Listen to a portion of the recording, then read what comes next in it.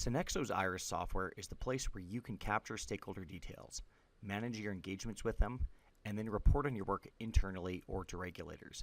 This will help you minimize your non-technical risks by improving your stakeholder engagement work. Let's take a look at each step. First, capturing stakeholder details.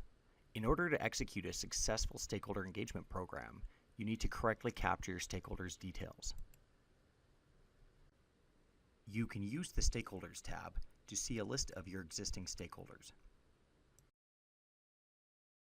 You have control over recording stakeholders as individuals or groups. If a stakeholder is a representative of another stakeholder, then they are a membership. This is important as often stakeholders have different roles in the community and they expect that you correctly record your engagement with them according to the role they represent. For an example, a stakeholder may be the mayor of the town and a landowner. When they raise a concern, you need to be clear if it was a public official or landowner that raised the concern, as your response will vary depending on the answer. Correctly engage with them and they will be more responsive to your outreach. Please note, individuals, groups, and memberships all have different contact detail options. This is important as stakeholders expect you to correctly reach out to them depending on their role. Do not send the mayor's landowner details to City Hall. Use the distribution list feature if you would like to organize your stakeholders in various ways. Now that you have stakeholders, you need to start managing your engagement with them. Start by going to the projects page and creating a new project. You'll notice that you can configure projects to show different writing fields. Writing fields are the details which you need to record about each activity. They can vary by organization, region, and regulator.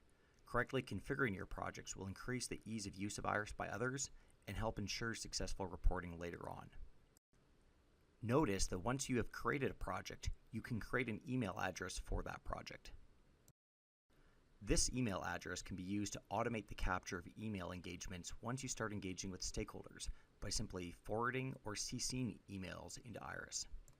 Speaking of engagement with stakeholders, there are 3 ways to capture your engagements. First is the email feature we just discussed. Doing so automatically creates an activity, identifies key details, and attaches all documents in the email to the activity.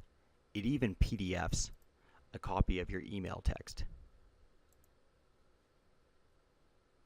Users can also manually engage with stakeholders by logging in, clicking on the activity page, and creating a new activity. Note when creating an activity, you can assign it to one or multiple projects simultaneously. This saves you time when entering details and ensures accuracy when you create a report. Finally, you can use the digital record of engagement to enter activities. By emailing this PDF to Iris, you can create an activity in a similar manner to the email feature, with the added benefit of greater accuracy as the fields filled out in the PDF will automatically be added to your activity. Both of these features allow team members to start entering activities without needing to learn how to use a new software, and also allows them to capture engagement details even if they are not connected to the internet at the time. The emails will simply sit in their outboxes until you are connected to the internet. When you're ready to report on your engagement, simply use the export options. These exports will show all the fields with data in them associated with the page you're on. This allows you to configure your reports according to the unique requirements of your organization, jurisdiction, or regulatory process.